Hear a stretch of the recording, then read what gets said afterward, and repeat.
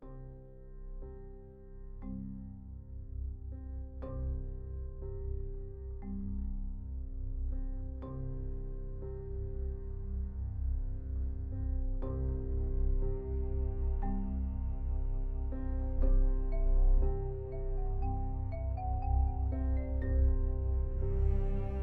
ground beneath these wheels is older than almost any story we tell about this country.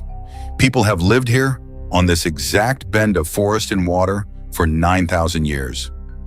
Most of us ride right past it.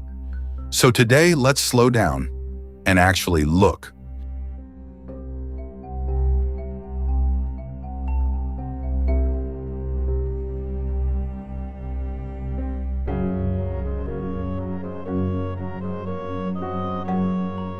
This is Mille Lacs Kathio State Park in the pine country of central Minnesota, just north of a small town called Onamia.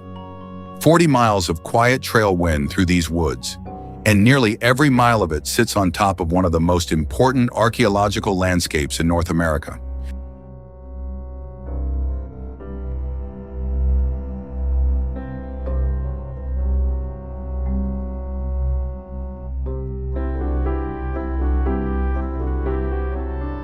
"9,000 years. It is hard to even hold that number. Long before the pyramids, before the wheel reached this continent, people were already standing where you are standing now, fishing this water, walking these ridges, watching the same light fall through the same kind of trees.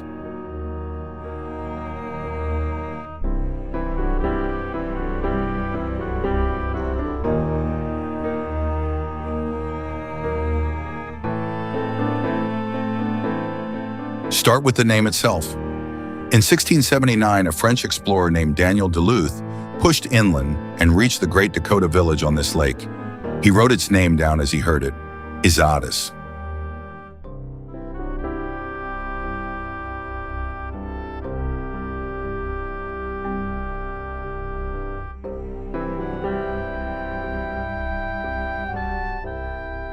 But handwriting fades and copyists make mistakes. Somewhere down the years, a scribe misread du Luth's looping script, so an is became a k, and Izatys was printed and reprinted as Kathio, a word that means nothing in any language, a 300-year-old typo, and we put it on the highway signs.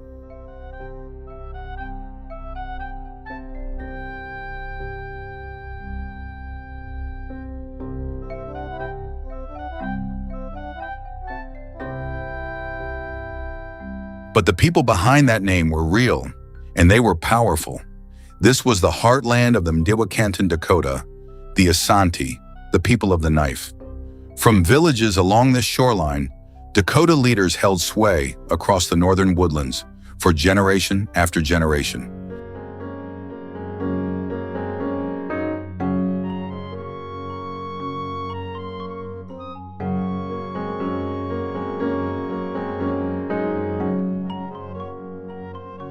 And the proof is still in the ground. The park protects 19 separate archaeological sites. On one point of land, where the river leaves the lake, people were working copper into knives and spear points 3,500 years ago. Among the oldest metalwork on the continent, it is why this entire landscape is a National Historic Landmark.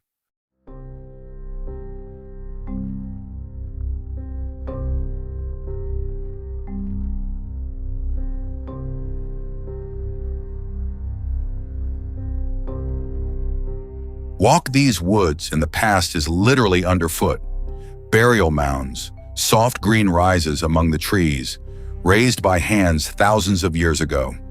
This was never wilderness. It was and is a home.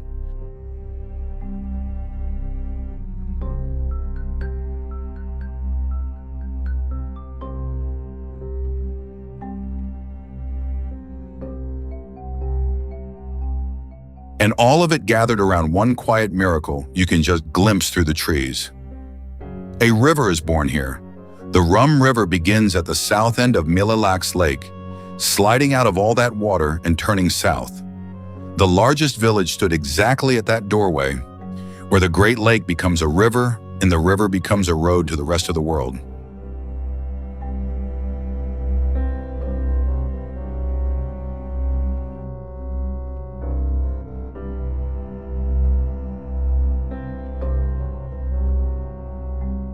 Even this hill has a story.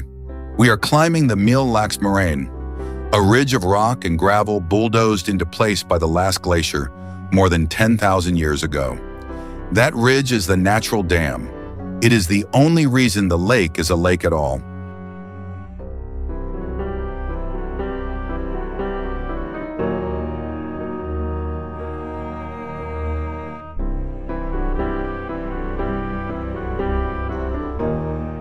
Crest the moraine, and you reach the high ground of the whole park. 1,459 feet. Here, a 100-foot tower, a firewatch tower carried in and rebuilt decades ago, still looks out over the water the ice left behind.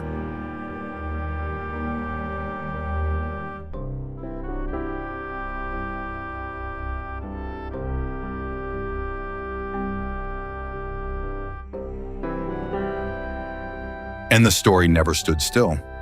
By the 1700s, the Dakota were moving south toward the prairies and the river valleys, while the Ojibwe were arriving from the east. Two nations crossing paths in these same woods. The forest you are riding through carried both of them.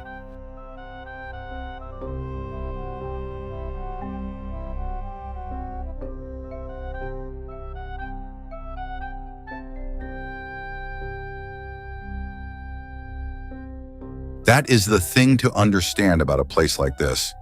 It is not a museum, and it was never empty. It is a living landscape that has simply never stopped being lived in.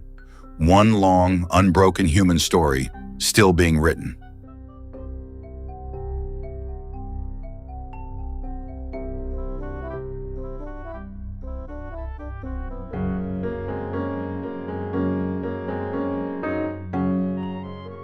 And today, for one summer evening, it is yours. 9 miles of pedal-assist quiet, pine shadow flickering across the trail. The lake somewhere off to your right, exactly where it has always been.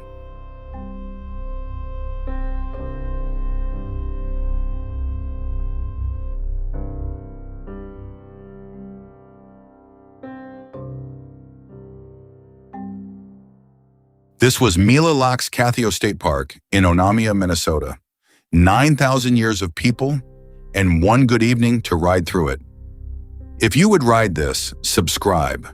There is a whole world of trails ahead. Explore the world